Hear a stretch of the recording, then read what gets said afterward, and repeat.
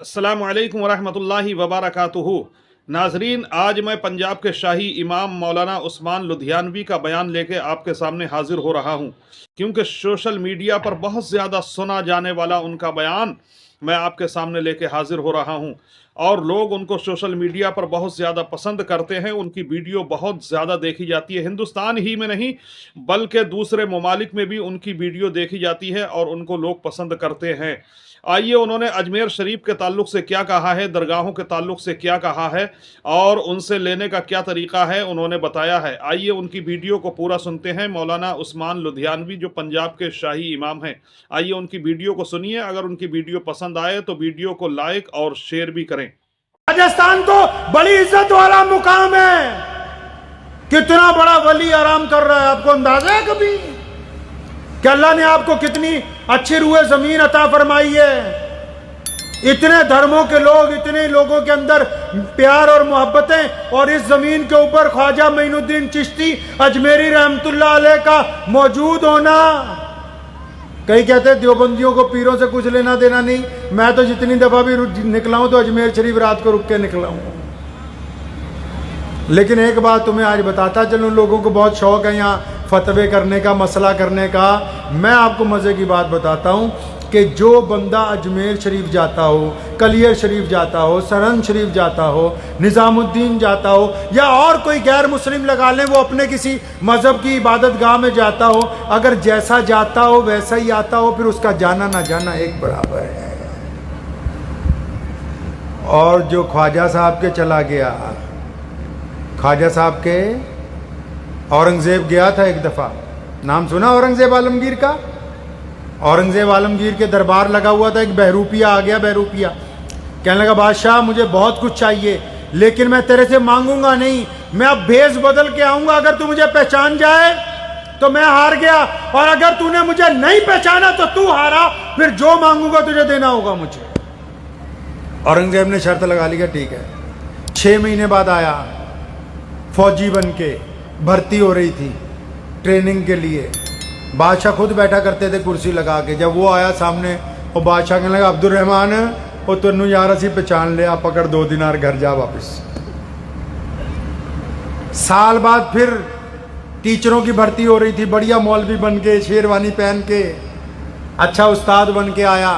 Interview चल रहे थे, जब उसकी बारी आई उसने सोचा अब नहीं पहचाने का। बादशाह ने शक्ल देखते ही, बादशाह भी ऐसे हुआ करते थे, शक्ल देखते पहचान लें, अब्दुल रहमान यार तू वही नहीं बहरूपिया, ये 2 दिनार पकड़ चल घर को चल।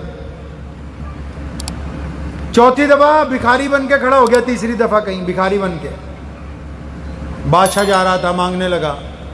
बादशाह ने भिखारियों में से हाथ पकड़ के बाहर निकाला कि यार तू अब्दुल रहमान नहीं, ये 2 दिनार पकड़ चल घर को जा, क्या कर रहा है यार।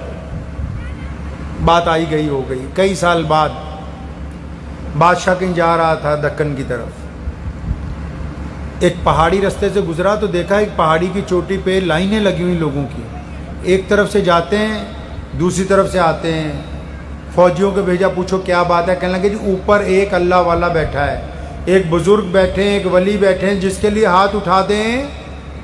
और ये सच है, ये जो मैं बात आपको बता रहा हूँ ना वलियों वाली, अल्लाह ने कुरान पाक में कहा कि जिनको हमने अपना दोस्त बना लिया अब उनको कोई डर कोई नहीं। ये हकीकत है। अगर वली किसी के लिए हाथ उठा के दुआ कर दे ना, क़यामत बर्पा हो सकती है, उसकी पीठ नहीं लग सकती। अल्लाह उसी वक्त देंगे। अगर वो अपनी बेवकूफ़ी की वजह से नेमत खो दे वो अलग बात है। अल्लाह की एक बड़ी खूबसूरत आदत है, पता है आपको अल्लाह की क्या आदत है? जब किसी को देते हैं, इल्म देते हैं, दौलत देते हैं, रुतबा देते हैं, अल्लाह वापस नहीं लेते। आपने फिर सुना होगा कि बंदा फ़कीर बन जाता है, वो अपने गुरूर की वजह से खो देता है, अल्लाह नहीं वापस लेते। तो बादशाह को जर्नल ने आके कहा कि जनाब ऊपर एक वली है, आप भी कहो दुआ करा लें, जहाँ जा रहे हैं फतेह हो जाए। तो बादशाह कहने लगा यार वो भी अल्लाह वालों को मानता था। कहता चलो चलो। ऊपर गए तो वली के जो संतरी थे वो भी बड़े सख्त थे, कोई बड़ा अल्लाह वाला होगा। कहने लगा चाहे तू बादशाह है, लाइन में आना होगा। औरंगज़ेब भी लाइन में लग गया। काफ़ी देर बाद बारी आई तो देखा अंदर बड़ा ही खूबसूरत नूरानी चेहरा, अल्लाह अल्लाह कर रहा है, तस्बीह हाथ में। अंदर घुसते ही बादशाह को ऐसे लगा जैसे वाकई इस जगह पे अल्लाह की रहमत आ रही। वाकई दोनों जानों पे बैठ गया बादशाह। कहा हज़रत मेरे लिए दुआ कर दें, मैं आगे जा रहा हूँ। फरमाया ठीक है जा, अल्लाह तुझे फ़तेह देंगे। कहा हज़रत कोई नसीहत कर दें। कहा बस नसीहत यही है, अगर फ़तेह मिले जुल्म ना करना, हार जाओ तो घबराना नहीं। इतना सुना बादशाह बड़ा खुश हुआ, वापस जाने लगा। दरवाजे में जब चौखट पे पहुंच गया तो वली अल्लाह अपनी जगह पे खड़ा हुआ। कहा हाँ मित्रा, आज नहीं पहचाने अब्दुर्रहमान नो? कहता आज पे मारा हाथों तेरी दी। कहता सर से ताज उतारा, शर्त हार गया। लोग जुबान के पक्के होते थे। बहरूपिये के पैरों में अपना ताज रख दिया और एक बात कही। कहता आज तू शर्त जीत गया है, ये तो कुछ भी नहीं जो तूने मांगा है। इसने अलग अंदाज में बादशाह को बुलाया। कहा इधर आओ, वापिस उठा अपना ताज, यहां से भाग। बादशाह खुद अल्लाह का वली था, समझ गया है दुरूद शरीफ है इस चक्कर में कि एक दिन तो औरंगजेब निकलेगा, मेरे यहाँ पास आएगा, मैं औरंगजेब के घुटने टिका दूंगा। कहने लगा मैं ये सोचता हूं कि झूठ मूठ में अल्लाह का नाम लेता रहा, हिंदुस्तान के बादशाह का ताज मेरे पैरों में आ गया। अगर मैं दिल से अल्लाह का नाम लेता तो किस मुकाम तक पहुंच जाता। सिर्फ झूठ मूठ में नाम लेता रहा। तो मार्जिया कर रहा था, औरंगजेब गया ख्वाजा मोइनुद्दीन चिश्ती की दरगाह में फातिहा पढ़ने के लिए। तो जब सीढ़ियां चढ़ रहा था ना, तो वहां मांगने वाले बैठे होते हैं। उन्होंने एक ने कहा, बादशाह का लिबास पकड़ लिया कि ख्वाजा के लिए कुछ दे जा, 20 साल हो गए मेरी आंखें नहीं आई। औरंगजेब वहीं रुक गए। पर मैं अच्छा वो 20 साल हो गए तेरी आंखें नहीं आई, यहां बैठा हुआ है क्या? हाँ कुछ दे जाओ। उसने सोचा बादशाह दिनारों की थैली दे देगा, कोई सोने की थैला दे देंगे। 2 सिपाही बुलाए। कहने लगे यार ये 20 साल हो गए यहाँ बैठा हुआ है, इसकी आंखों की रोशनी नहीं आई, मैं अंदर जा रहा हूँ सलाम करने, मेरे आते आते अगर आंखों की रोशनी आ जाए ठीक है, नहीं तो इसकी गर्दन उतारो, एक तरफ करो इसकी। बादशाह अंदर चला गया फातिहा पढ़ने के लिए। अब हमारी तरह की तो फातिहा नहीं थी ना जी, जैसी आजकल फातिहा पढ़ते हैं, भाई इधर से गए उधर से निकल गए। अल्लाह वाले तो जब अल्लाह वालों के यहाँ जाते हैं फिर उनकी तार मिल जाती है अपने रब के साथ। बादशाह जब काफी देर के बाद जब वो अंदर चला गया, इधर ये रो रो के दुआ कर रहा कि अल्लाह आज अपने नबी के सदके, आज मोइनुद्दीन चिश्ती की चौखट के सदके, आज मेरी आंखों की रोशनी दे दे, वरना ये आएगा इसने आते मेरी गर्दन मार देनी, मेरी जान तू बचा ले मेरे रब बस आज। बादशाह सलामत जब बाहर आए, इसके सारे तबक रोशन हो गए। अच्छा कोई लेंस लगाने की भी जरूरत नहीं रही, बादशाह सलामत। लोग कहते हैं अंधा था, सारी रोशनी आ गई, सब कुछ नजर आने लगा बिल्कुल साफ साफ। औरंगजेब ने कहा, कहता अल्लाह वालों के दरबार को बदनाम करते हो, नीयत तुम्हारी अच्छी नहीं होती, नीयत तुम्हारी अच्छी नहीं होती। तो सुनो, जो लोग ख्वाजा मोइनुद्दीन चिश्ती के दरबार में जाते हैं रहमतुल्लाह अलैह के, वो पहले तो सिर्फ अल्लाह और रसूलुल्लाह के मुजरिम हैं क़यामत वाले दिन। किसके मुजरिम है जी? अल्लाह के भी और रसूलुल्लाह के भी। और जिसने ख्वाजा साहब के तुरबत पे खड़े होके फातिहा पढ़ी हो फिर आके झूठ बोलता हो, ख्वाजा साहब की तुरबत पे फातिहा पढ़ने के बाद किसी की बहन को गंदी निगाह से देखता हो, ख्वाजा साहब की तुरबत पे फातिहा पढ़ने के बाद किसी से ठगी करता हो, बेईमानी करता हो, पहले सिर्फ अल्लाह और रसूलुल्लाह का मुजरिम था, अब ख्वाजा मोइनुद्दीन चिश्ती का भी मुजरिम है। ये तुम आसान समझते हो अल्लाह वालों के दरबार में जाना?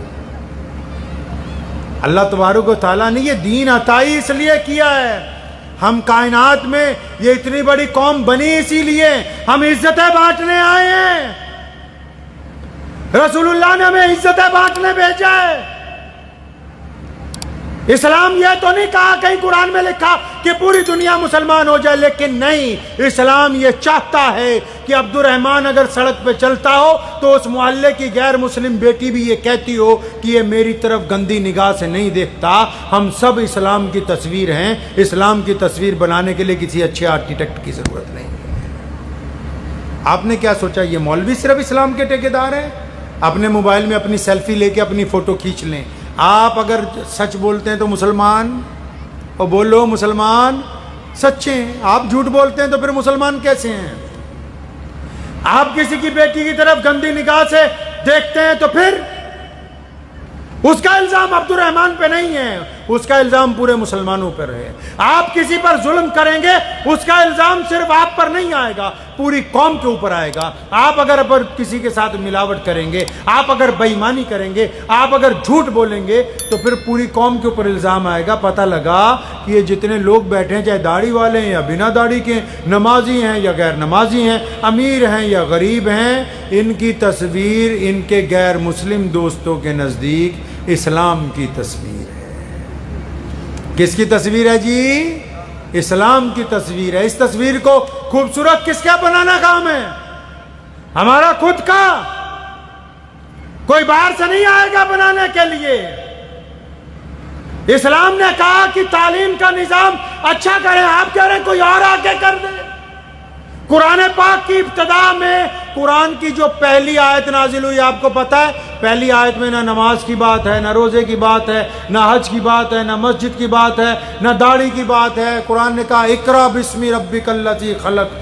कुरान ने पहला शब्द जो लिखा, इकरा, मतलब पढ़ो अपने रब के नाम से। कौन पढ़ो? लड़के वो भी पढ़ो, लड़कियां वो भी पढ़ो। अल्लाह ने कहा, रसूलुल्लाह सल्लल्लाहु अलैहि वसल्लम की हदीस में मौजूद है, रसूल ने फरमाया कि तालीम फर्ज कर दी गई।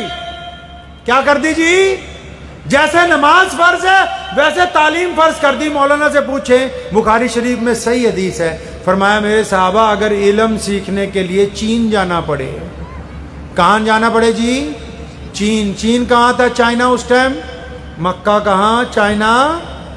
10,000 किलोमीटर।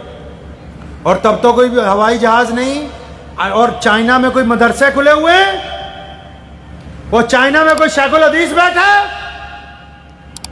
चाइना में कोई बड़े बड़े मौलवी पैदा हुए। मुसलमानों के नबी कहते हैं मोहम्मद रसूलुल्लाह कि मुसलमानों इल्म सीखने के लिए, इल्म मतलब दुनिया का हर फन सीखने के लिए अगर चीन जाना पड़े तो चले जाओ। मतलब ये कि दुनिया के जिस हिस्से से भी अच्छी तालीम मिलती हो, वहाँ जाके उस तालीम को पढ़ना, उसको हासिल करना हमारे ऊपर लाजमी है।